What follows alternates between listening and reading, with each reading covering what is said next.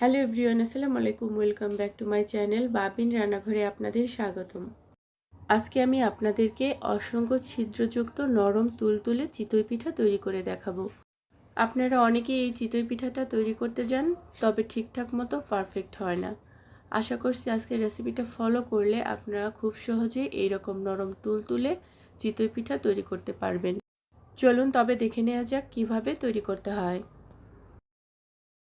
প্রথমে আমি এখানে নিয়ে নিচ্ছি একটা মিক্সিং বল, আর এই মিক্সিং বলের মধ্যে নিয়ে নিচ্ছি মেজারমেন্ট কাপের 2 কাপ পরিমাণ চালের গুঁড়া।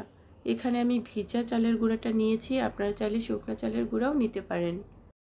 দিয়ে দিচ্ছি মেজারমেন্ট কাপের 1 কাপ পরিমাণ আটা, আর দিয়ে দিচ্ছি স্বাদমতো লবণ। এখন এই সবগুলো উপকরণ একসাথে খুব ভালোভাবে মিশিয়ে নেব।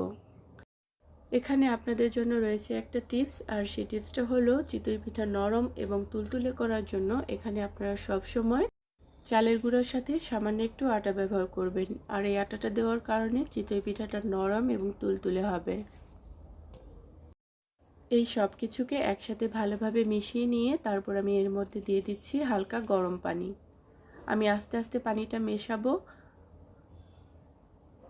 এখানে আপনারা হালকা গরম পানি ব্যবহার করার চেষ্টা করবেন, এতে করে চিতই পিঠাগুলো ফুলকো এবং নরম তুলতুলে হবে। আর এখানে যদি আপনারা শুকনো চালের গুঁড়াটা নেন তাহলে গরম পানিটা একটু বেশি করে গরম করে নেবেন। এই কাজটা হাত দিয়েই করতে হবে। আমি হ্যান্ডউইচটা রেখে হাত দিয়ে খুব ভালোভাবে একটা চিতই পিঠার ব্যাটার তৈরি করে নেব।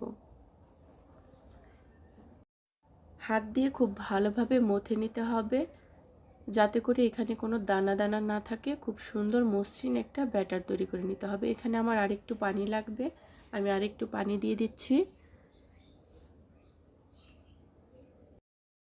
এখানে আপনারা আরেকটা কাজ করতে পারেন, চিতই পিঠার ব্যাটারটা তৈরি করার আগে আপনারা চালের গুঁড়া আর আটাটাকে খুব ভালোভাবে ছেঁকে নিতে পারেন।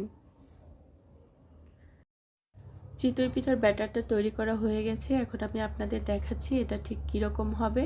এটা খুব বেশি পাতলাও হবে না, আবার খুব বেশি ঘনও হবে না। ঠিক এরকম একটা ব্যাটার তৈরি করে নিতে হবে।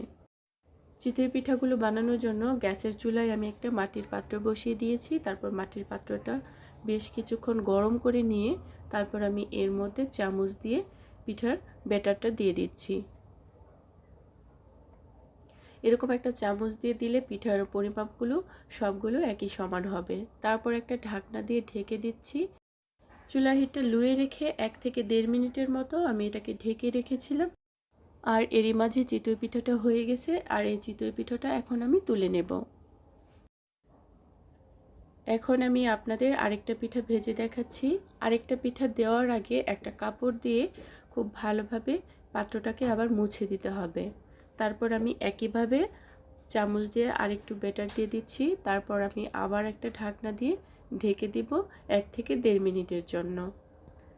1 থেকে 1.5 মিনিট পর আমি ঢাকনাটা খুলে চিতই পিঠাটাকে তুলে নেব।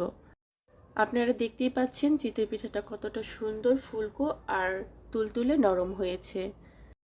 একইভাবে আমি বাদবাকি সবগুলো চিতই পিঠা ভেজে নেব। তো এখন আমি আপনাদের একটা চিতই পিঠা ভেঙে দেখাচ্ছি চিতই পিঠাটা কতটা সুন্দর নরম তুলতুলে হয়েছে।